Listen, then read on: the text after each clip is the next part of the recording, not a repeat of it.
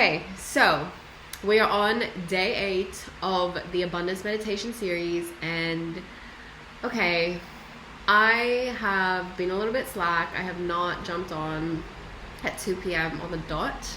To be fair, I literally, okay, it's not really fair, but I really was like just carried away. All the times that I skipped the lives or didn't get on until like an hour later, I would just got carried away doing stuff. So I'm very excited to be back on because I now am past the 1 week mark and I am doing these lives for me and I'm actually feeling the effect of doing these lives. So I have to say it has been a challenge mentally to get myself to like show up for me in the beginning, but now I think that I'm really starting to reap the benefits of even just meditating for 5 minutes a day in the middle of the day. I feel more clear and calm. So in today's topic of discussion, the main purpose is really to highlight our power to create whenever we want. Our ability to will and desire things into existence is so much bigger and more powerful than we think. And I know that it's kind of like this weird thing, like that's just wishful thinking, or, you know, people say that when they don't really have confidence or courage, or they're just, you know, they just want to sit there and do nothing. I think it's easy to believe this when we are kind of stuck in our belief that things only work if we work for them. But in reality, we live in a world and in an existence where there are many things that happen all the time that we don't will into creation, or that we have no role in creating whatsoever. I think as humans, we like to convince ourselves that we are the creators of our outcomes 100% of the time, but we know deep down that we are not really, that we are really just vulnerable to anything happening, to the ebbs and flows of life, to whatever the universe wants to create and throw at us. We know that, and what we spend our lives doing is trying to get control or get a hold of how things should happen or how results should be created in order to feel some level of control. So in reality though, when we kind of step away from the micro scheduling or the micro need to make it all happen on our own terms, we actually get to experience so much more ease and abundance because of that releasing energy, because of the fact that we allow ourselves to play. And this is what the premise of spontaneous creation is all about. Spontaneous creation, in other terms, like in spiritual terms, might be miracles, for example. This is what Bible stories or spiritual mystics, teachers, they all kind of label spontaneous creation, things that are created out of nowhere, as miracles. This is where, for us, in order to believe in miracles, often we need to attach it to a label or a structure or something of the sort, an institution, like a religious belief, because it seems to make more sense to us that way. And look, I don't blame us at all. I don't blame us for believing that miracles can only happen unless we believe in a specific entity or religious practice or something institutional like this. But I think we forget that even without attaching labels or putting ourselves in association to a religious label or something like that, as human beings, we are actually naturally inclined to believe in this concept of miracles, in this concept of spontaneous creation.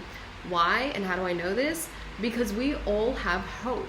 We all know what it feels like to hope for the best and to believe for the best. We also all know how to give good intentions. So to serve someone or to love someone or to give something with a good intention and to hope and wish that they would receive that intention. It's kind of like, you know, when you know your friend or family member is going to travel and you can't physically do anything about their safety other than just wish them well and hope that all goes fine, that their travels are safe and they return home in one piece. And I think that that is a really simple but clear example of what it is like to actually allow yourself to rest and to play in this space of what it means to be a human, to dance with possibility, and to dance with the power of intention, the power of being able to have a directed, guided intention.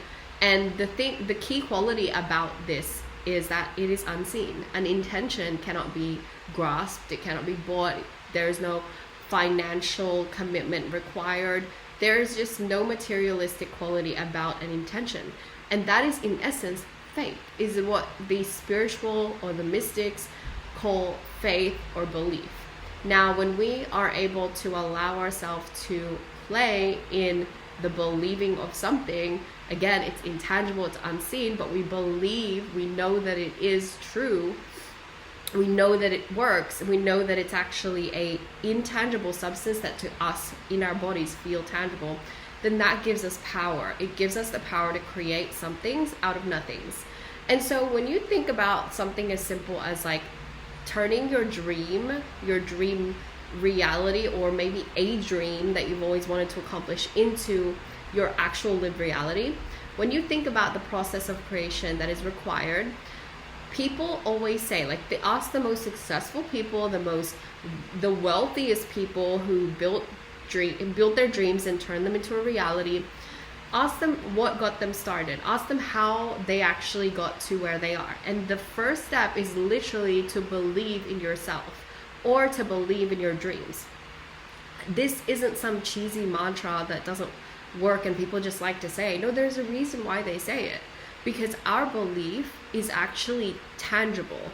Our belief, although it's intangible in its in terms of the forms that we're used to perceiving matter, it is actually tangible in the sense that when we believe in our belief, when we are convicted about what we stand for, then we will eventually act on it and we will eventually create from it. But the bridge between our belief, like the thoughts we think and the things we internalize, and the actual manifestation, the creation of something, comes from the emotional frequency or the emotions that we allow ourselves to be in. When you are in the emotional frequency of believing, for example, you are in a state of positivity. You are in high vibration. You are in a state that is going to call in more positive things. Think of law of attraction. Think of magnets. Positive attracts positive. Negative repels negative. Like, there is no question about the science supports this.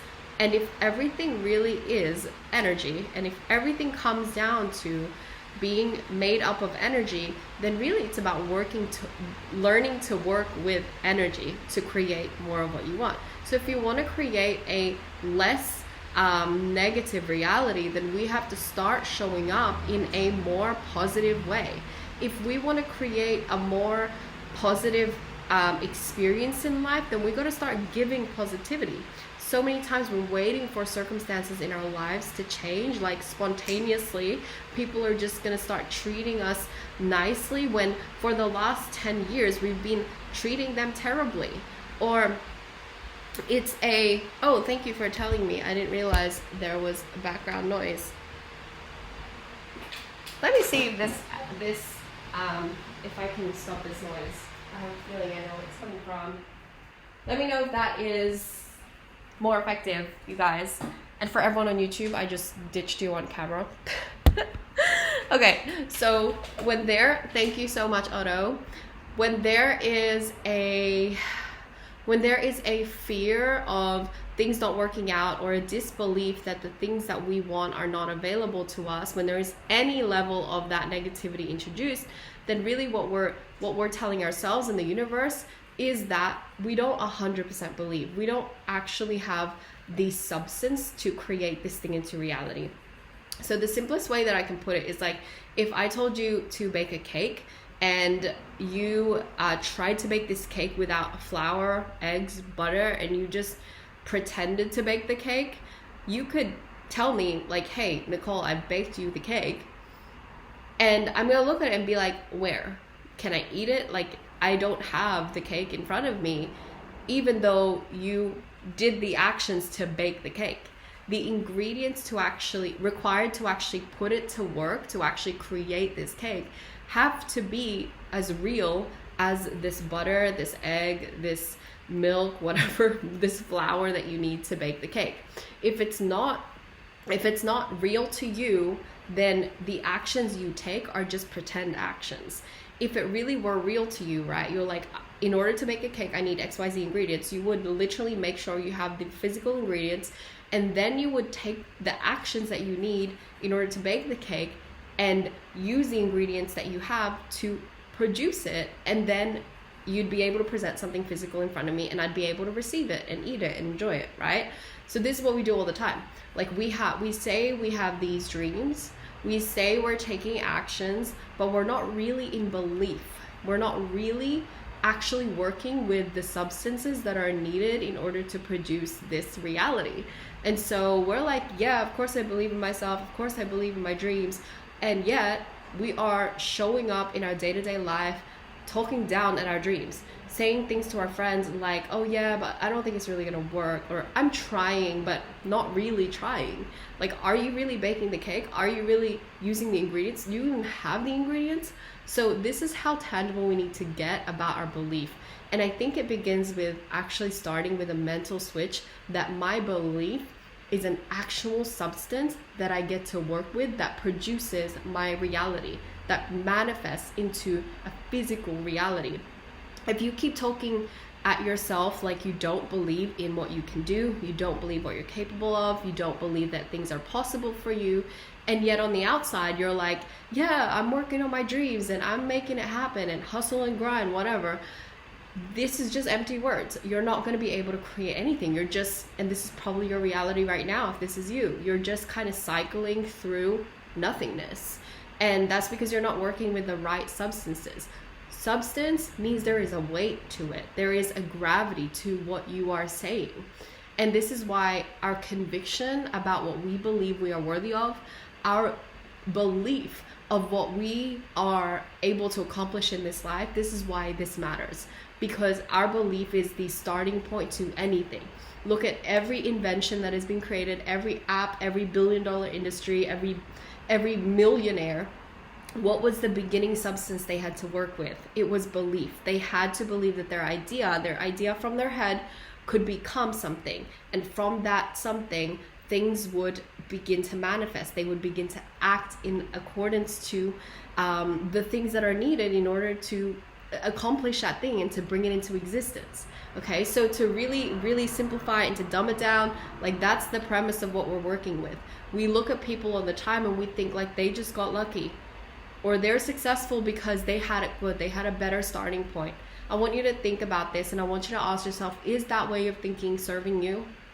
And is it even true? Do you know for sure?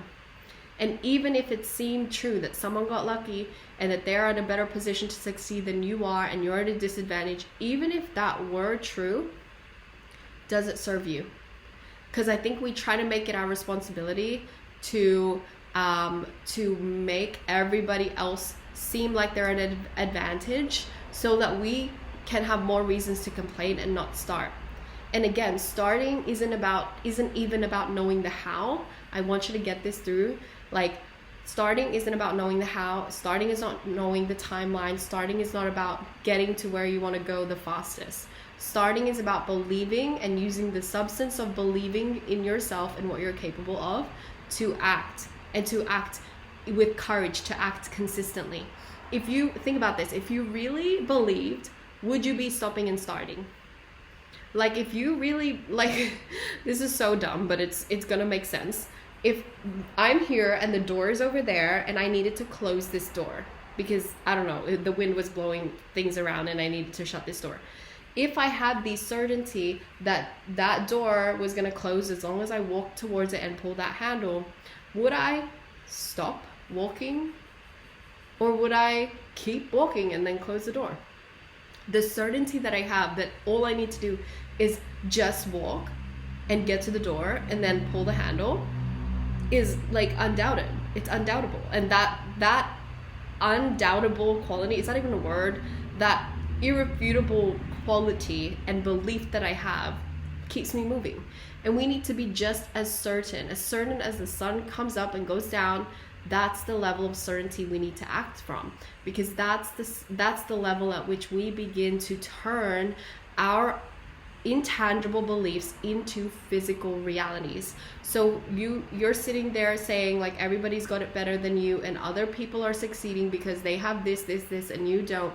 Whatever reason you are giving yourself for not being able to get started or to succeed, I want you to really bring that into question and find reasons for why it's not serving you to hold on to these things. To create something out of nothing, we have to believe that the nothing holds the gold, that the nothingness is where good things come from. We have to believe that in the unseen, in the intangibles, in the not knowing, in the unknown, that is where good things come from. That is where things are created from. And unless you get yourself to a place where you love the uncertainty, or not love, but rather you are able to enjoy and endure and stay in that uncertainty, the more you will be able to consistently show up in the uncertainty. It's kind of like me going on TikTok and not having a single clue what I'm doing on here, and just showing up until I get to know the space, until I start to build a community, until I start to help people and add value to their life. Even if in the beginning I have no clue, even if in the beginning there's no promise or guarantee that anybody's ever going to come, I'm doing it for me, right? That is what it takes to begin to create the somethings out of the nothings. So really take this on. If you are someone who maybe has a dream or a desire that you haven't started on, and you're sitting there waiting for, a spontaneous moment of like, it's all going to make sense and then I'm going to be able to go and pursue what I want, really catch yourself when you are just sitting there waiting. There is something about being able to sit there in terms of internally sit there and feel at home and within certainty that the things you want will happen and the things you want will come into existence. But it's another thing to sit in that internal state energetically, but to physically be acting, because that physical acting in the uncertainty and in the confusion and in the not knowing is actually how you're going to be able to realize the goal, realize the reality. Because yes, it might happen out of nowhere, and that is great, but at the same time, it's your willingness to behave and act and speak in accordance to that belief that tells the universe, that tells everyone that you meet, that tells your own brain that you truly believe it. Okay, and this is again the level of certainty we need to have. So in terms of creating out of nothing, this is all within your power, because you are the only one in charge of your own emotions and your own belief system. Okay, so for today's meditation, we're going to dive into it. I'm going to hit play, we're going to do this meditation, and then we'll have a chat afterwards and talk about all things spontaneous creation. By the way, if you wanted to access the meditation replay or this conversation replay, you can check out my YouTube channel called Life with Nick. It will be linked on the description of my posts. And if you can't find it, please DM me and I can directly send to you the playlist as well. And yes, I do have a playlist called Dream Believe. I think that's what it is. I actually have a very similar playlist name, SK Kid. Dream, Believe, Manifest, Repeat. I actually don't know if that's the name of one of my audio playlists, but I actually have a playlist called that with like instrumental sounds. How funny. Okay, but I'm gonna hit play on the meditation. It's called Abundance 21 Day Meditation by Deepak Chopra. This is the one that we've been doing this whole time, and you guys can check it out as well as Spotify and listen to it yourself. But we're gonna hit play on this live and do it together.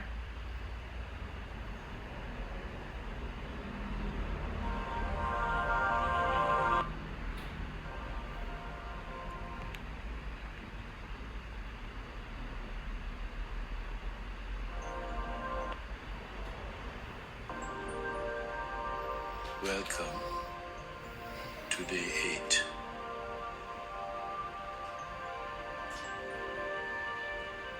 Welcome to our second week of the Chopra Center 21-Day Meditation Challenge. This week, you will learn how to attract greater abundance by applying the laws from my book, The 7 Spiritual Laws of Success, to your life. Today, we'll focus on the first law, the law of pure potentiality, which asserts that in our essential state, we are pure consciousness, pure potentiality, and the field of all possibilities.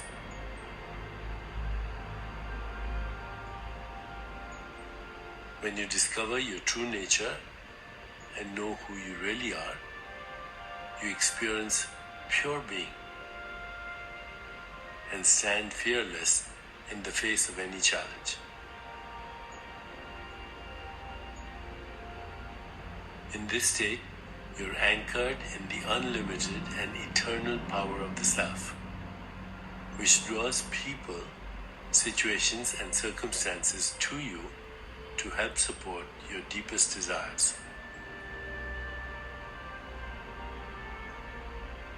Engaged in our daily activities, we sometimes hear thoughts and opinions, often expressed as fact, that do not reflect our divine essence. For instance, we may hear news that good jobs are scarce, the global financial picture is bleak, or the world's resources are rapidly dwindling. It's important to note that such statements are not universal truths. Instead, they represent a collective consciousness that projects an overarching sense of scarcity and the false illusion of competition.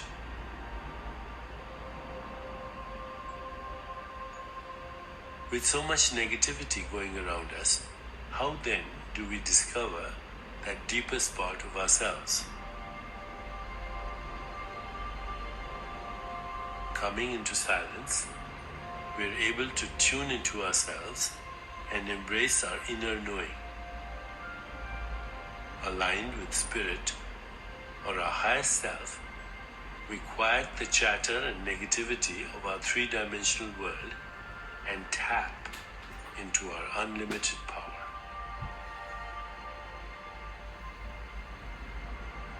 Here, in the stillness, we experience our inner essence, which ultimately helps us manifest our heartfelt needs and desires.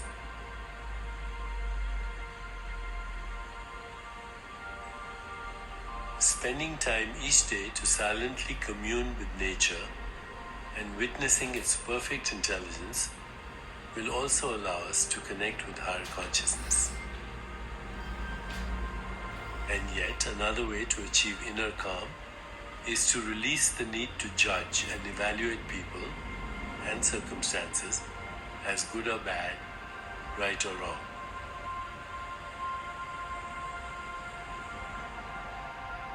When we judge people and events in our lives, we create turbulence that gets in the way of our connecting with the higher self.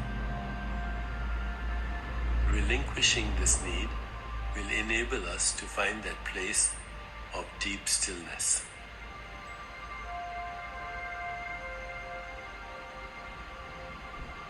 To put the law of pure potentiality into practice today, commit to spending some time in silence and nature. Free yourself from the need to judge people or situations. Say to yourself, today, I will judge nothing that occurs. And periodically remind yourself of that commitment.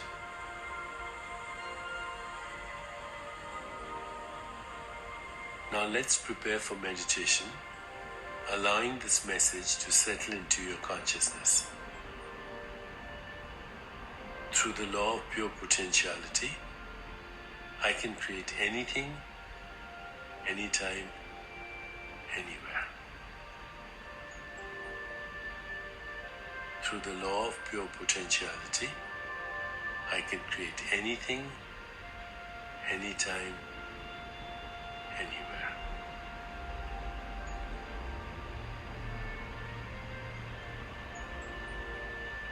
Now let's begin. Please find a comfortable position, placing your hands lightly in your lap and closing your eyes. In this moment, go within to that place of inner quiet where we experience our connection to the higher self.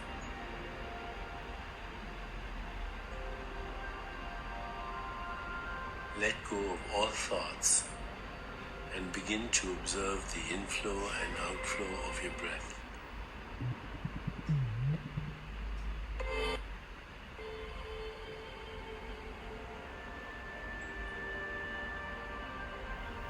With each inhalation and exhalation, allow yourself to become more relaxed, more comfortable, more at peace.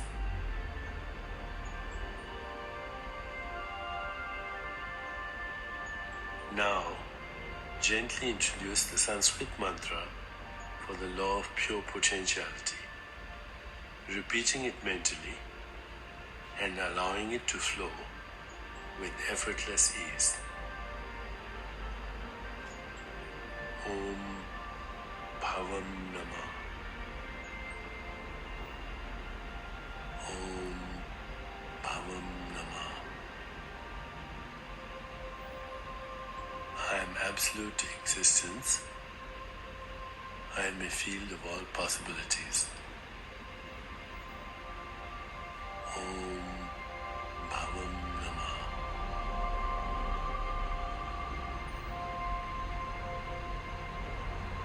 Whenever you find yourself distracted by thoughts, sensations in your body, or noises in the environment, simply return your attention to mentally repeating the mantra.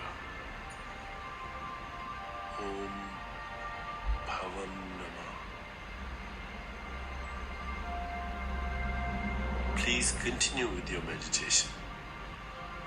I'll mind the time, and at the end you'll hear me ring a soft bell to indicate it's time to release the mantra. Om Bhavam Namah. Om Bhavam Namah.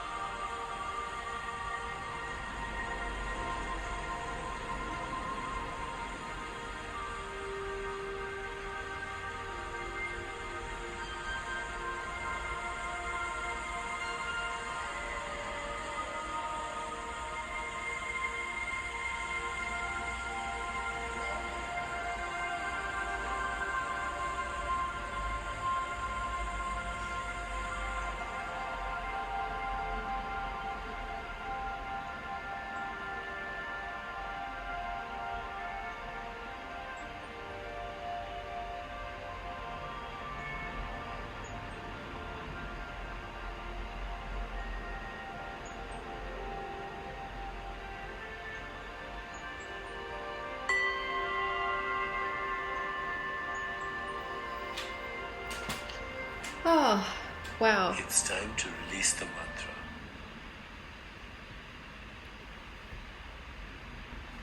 Okay, that meditation, again, as usual, was refreshing. I feel like just that reminder that all potential really lies within us is so powerful. Like, to remember that all potentials, everything that you desire, that you have at any point in your life thought about having or accessing, or any dream that you've sort of put out there, even if you don't know the means how, or you don't feel you have the skill, the fact that you have dreamt it, imagined it, desired it is indicator of its possibility. And that's really what that meditation was all about. It's about knowing that all potentials lie within your own desire and your belief. And as long as you are willing to believe and to back that belief with consistent action, with consistent behavior in alignment to that belief, then you will create a new reality. It always begins at that level, at the frequency of your emotions and your energy, the intangible. So don't be afraid of not knowing the how. Don't feel the need to have it all mapped out before you act. Just take the first step and back yourself in the belief and take one step after another. Thanks everyone for joining the live, and I'll catch you on tomorrow's live.